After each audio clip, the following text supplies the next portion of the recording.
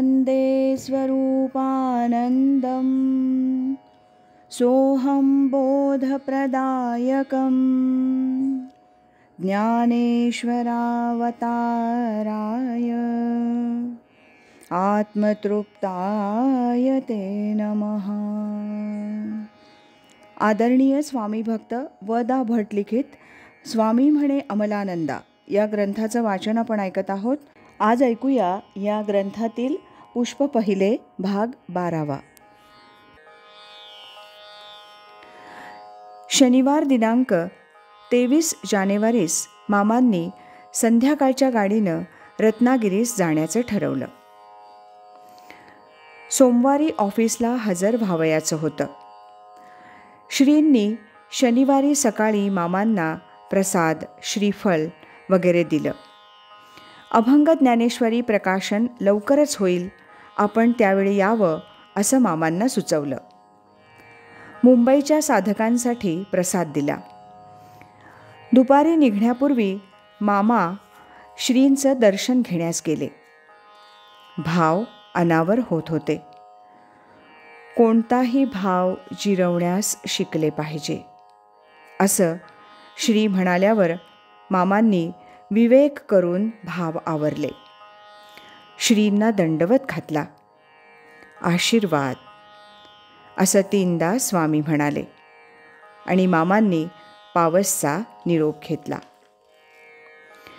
मामा रत्नागिरीस त्या दिवशी थांबले आणि पुढे मुंबईला गेले. संपूर्ण प्रवासात श्रींच्याच आठवणी येत होत्या. जेथे जातो तेथे तू माझा सांगाती. मुंबईस गेल्यावरही दिवसातून अनेक वेळा श्री सद्गुरूंचं स्मरण होतच होतं. श्री रामकृष्णांनी एके ठिकाणी केलेलं सद्गुरूंचं वर्णन खऱ्या अर्थानं आज प्रचितीस येऊ लागलं. ते वचन म्हणजे, वाघाच्या जबड्यात शिरलेले भक्ष आणि सद्गुरूंची एकदा दृष्टी पडलेला शिष्य ह्या दोघांची त्यापासून सुटका होण्याची सुतराम शक्यता नाही.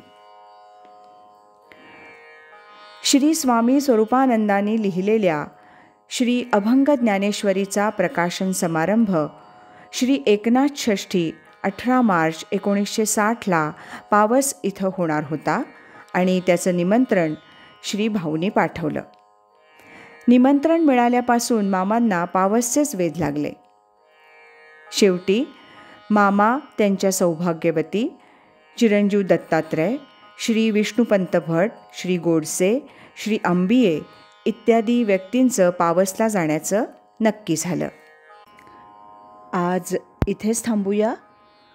यानंतरचा भाग आपण उद्या ऐकूया. श्रीमद सच्चिदानंद सद्गुरु श्री स्वामी स्वरूपानंद महाराज की जय. श्रीमद सच्चिदानंद सद्गुरु श्री स्वामी अमलानंद महाराज की जय.